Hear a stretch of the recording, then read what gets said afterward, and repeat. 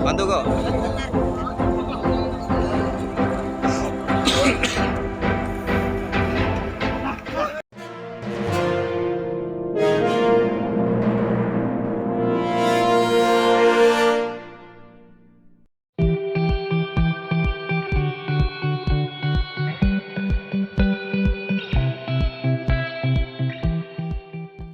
Silvi, warga Dusun 3 Desa Dawas, Kecamatan Keluang, Kabupaten Musi Banyu Asin, akhirnya berhasil ditemukan setelah dinyatakan hilang di Sungai Biduk pada hari Sabtu 13 Agustus 2022.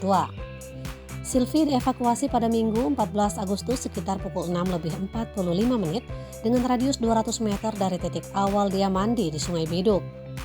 Kepala BPBD Musi Banyu Asin, Haji Pati Ridwan membenarkan pihaknya berhasil mengevakuasi Silvi. Menurut Pati, tim SAR gabungan mulai melakukan pencarian pukul 6:30 dengan cara pengeboran di lokasi kejadian dan penyisiran. Korban ditemukan persis pukul 6:45 sekitar 200 meter dari lokasi awal.